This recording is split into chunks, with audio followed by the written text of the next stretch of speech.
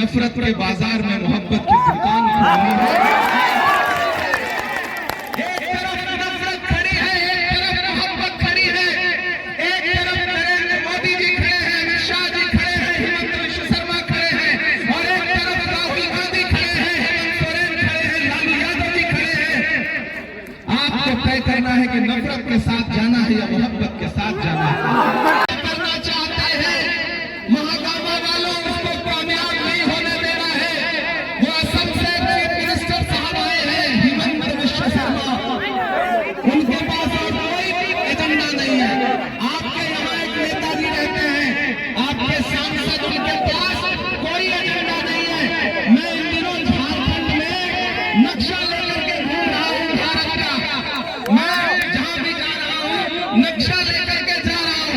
ये जो आकर के आपके बीच में कह रहे हैं घुसपैठिया, मैं तो यहाँ के सांसद से भी कहूंगा और असम के मुख्यमंत्री से भी कहूंगा कि मेरे हाथ में ये जो भारत का नक्शा है, इसमें आइए देखते हैं, ये है झारखंड। मैं चैलेंज करता हूँ, आइए डिबेट करिए, ये नक्शा लेके मैं बहस करने को तैयार हूँ। बताइए इस झारखंड की कौन सी सीमा है जो जाकर के किसी और देश को लगती है। ये नक्शा देखिए, और मैं उनके समर्थकों से भी कहूंगा कि ये नक्शा देखिए, झारखंड की कोई भी सीमा किसी दूसरे देश से लगती ही नहीं है, जुड़ती ही नहीं है। ये इनके पास नहीं चाहते हैं, और जिन लोगों को लगता है कि इनकी नफरत की खेती से कुछ विकास का काम हो सकेगा, वो गलतफहमी के शिकार हैं। ऐसे ही झारखंड में हमारी सरकार बनेगी, हम फिर से 450 रुपए का गैस सिलेंडर देंगे। मोदी जी लेकिन गठबंधन 450 रुपए में आपको गैस सिलेंडर देगा। ये महंगाई पर बात करने वाले भाजपा के लोग, जहां जहां इनकी सरकारें हैं, ये फिल्में टैक्स फ्री करते हैं और कफन पर जीएसटी लेते हैं। टैक्स लगाते हैं ये, इनके झांसे में मत आना। इन्होंने मोदी जी का नारा था, इन्होंने नारा दिया बेटी पढ़ाओ बेटी बचाओ। फिर उस नारे की सच्चाई क्या निकल के आई कि हाथरस में जब एक दलित बिटिया के साथ बलात्कार हुआ तो रात के 2 बजे उसकी लाश इसलिए जला दी गई परिवार की मर्जी के बगैर, ताकि सबूत मिटाए जा सके। यह है इनके नारों की सच्चाई।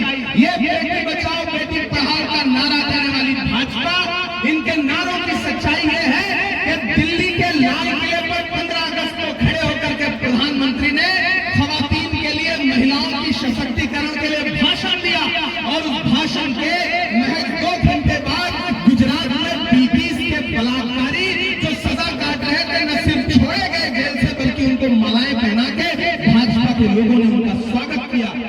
नादान हो, इस दौर में क्या ढूंढ रहे हो तुम? जहर की शीशी में दवा ढूंढ रहे हो। किसी मुगालते में नहीं आना है।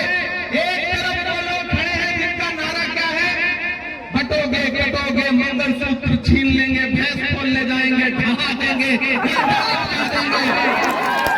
और एक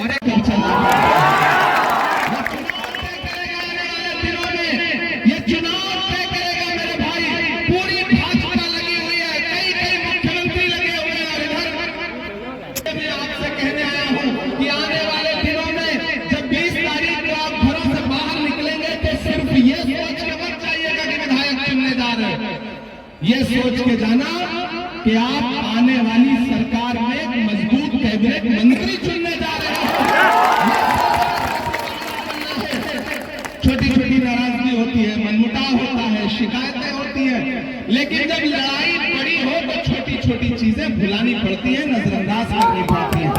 मैं इसलिए भी आपसे कहता हूं, ये सिर्फ विधायकी चुनाव का चुनाव नहीं है हराने जिताने का।